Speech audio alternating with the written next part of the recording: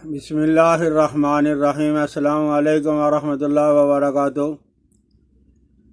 ناظرین محترم، انار کا استعمال بیماریوں سے شفا۔ سردی کے ایام کے اندر انار جو عام طور پر مل جاتا ہے اور سستا بھی ملتا ہے، اور سردی کے ایام میں ہی لوگوں کو بھوک بھی نہیں لگتی، کمزوری ہوتی ہے، نکات ہوتی ہے، بعض کو یرقان ہو جاتا ہے، بعض کو معدہ کام نہیں کرتا، اور کتنی ہی عورتیں ایسی ہیں جن کو خون کی کمی ہوتی ہے۔ خون کے لیے ڈرپ لگوا لی، کوئی سکون ملا، پھر 2-4 دن کے بعد ناطاقتی ہوئی، پھر ڈرپ سال سے یہی کام چلتا رہتا ہے۔ تو یہ جو انار ہے، امراض جگر ہو، امراض معدہ ہو، بھوک نہ لگتی ہو، دل کی ناطاقتی ہو یعنی دل کمزور ہو، سب کے لیے انار کسی طرح سے بھی استعمال کر لیں۔ کچھ اگر آپ کو نہیں ملتا تو انار کے دانے نکال کے اور اس میں تھوڑا سا کالا نمک، تھوڑی سی کالی مرچ لگا کے ایک پیالہ آپ کھا لیں، ایک پیالی کا استعمال کر لیں، 5 ٹانک استعمال کر لیں، انشاءاللہ العزیز ہر طرح کی ناطاقتی دور اور طاقت جسم کے اندر محسوس کرو گے۔ امراض جگر اور معدہ کے لیے انار کا رس جتنا مرضی آپ لے لیں، 2 کلو، 4 کلو، 5 کلو، 1 کلو، آدھا کلو، لیکن مثال کے طور پر اگر آپ نے انار کا رس نکالا 2 کلو، اور انار کا رس نکالنے کے بعد کسی برتن کے اندر ڈال کے رکھ لیں، تو 5-4 گھنٹے کے بعد وہ سارا کا سارا نتھر جائے گا، یعنی جو مواد ہے وہ نیچے بیٹھ جائے گا، انار کا صاف ستھرا شفاف رس جو اوپر آ جائے گا۔ اب 2 کلو انار کو نثار کر اور دوسرے برتن کے اندر اس کو انڈیل دیں، یعنی دوسرے برتن کے اندر ڈال کر اس میں آپ نے آدھا کلو چینی ڈالنی ہے، اور 2 تولہ سونف کو باریک کر کے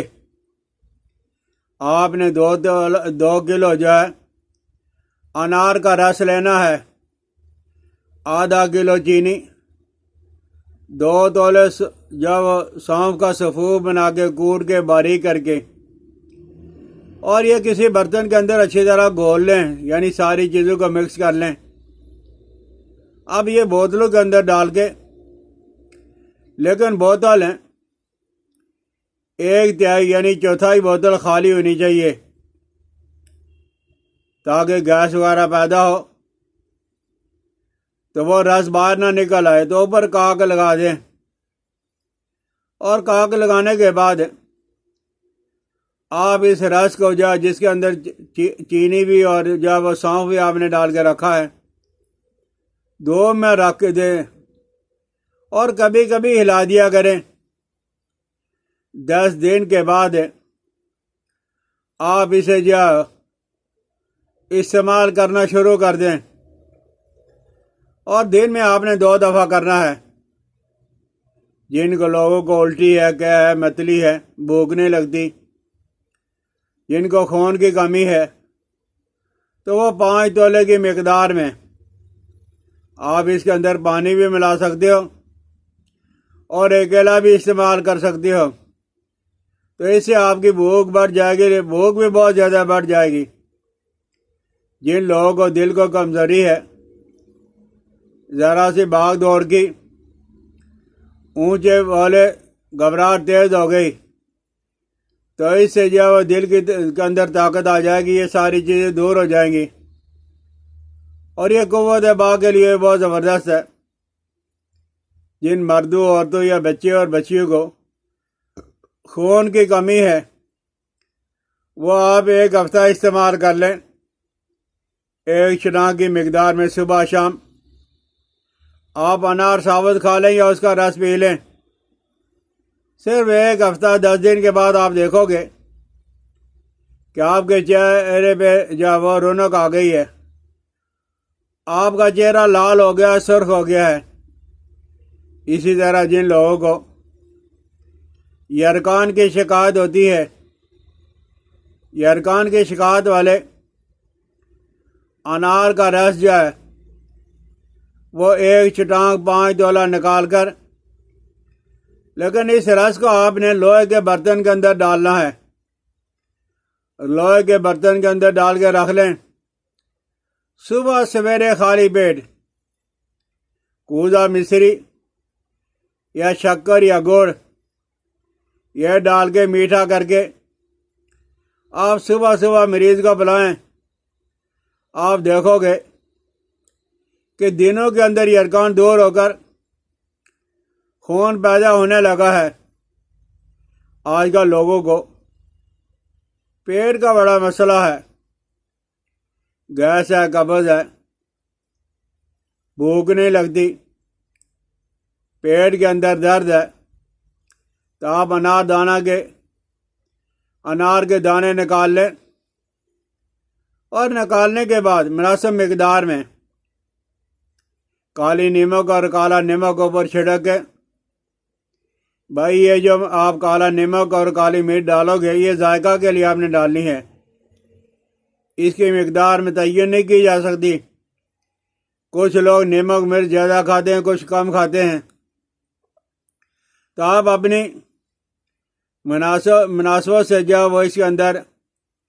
کالا نمک اور کالی مرچ ڈال کے اسے ذائقہ بن جائے گا، تو آپ اس کے بعد ان دانوں کو چبا لیجئے۔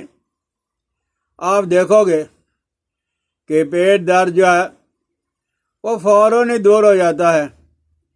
جن لوگوں کو میں نے عرض کیا بھوک نہیں لگتی، آپ صرف ایک دن استعمال کر کے دیکھ لو، صبح اور شام انار کے دانوں کا کسی طرح استعمال کرنا یا انار کے دانوں کا رس استعمال کر لینا، یہ بھوک بھی بڑھاتا ہے، متلی کا الٹی کا بھی ختم کرتا ہے۔ تو سردی کا ایام کے اندر انار بہت زیادہ سستا مل جاتا ہے۔ اگر کوئی تکلیف نہیں ہے تو پھر بھی آپ انار کا استعمال ضرور کریں، جسم کے اندر طاقت آ جائے گی، معدہ جو وہ آپ کا کام کرنے لگے گا، جگر اور معدے کے جتنے بھی امراض ہیں وہ سارے کے سارے دور ہو جائیں گے۔ سمجھ آ جائے تو ضرور استعمال کریں، دوستوں کے ساتھ شیئر کر دیا کریں، بیل آئیکن کو دبائیں۔ مجھے اپنی دعاؤں میں یاد رکھنا۔ السلام علیکم ورحمۃ اللہ وبرکاتہ۔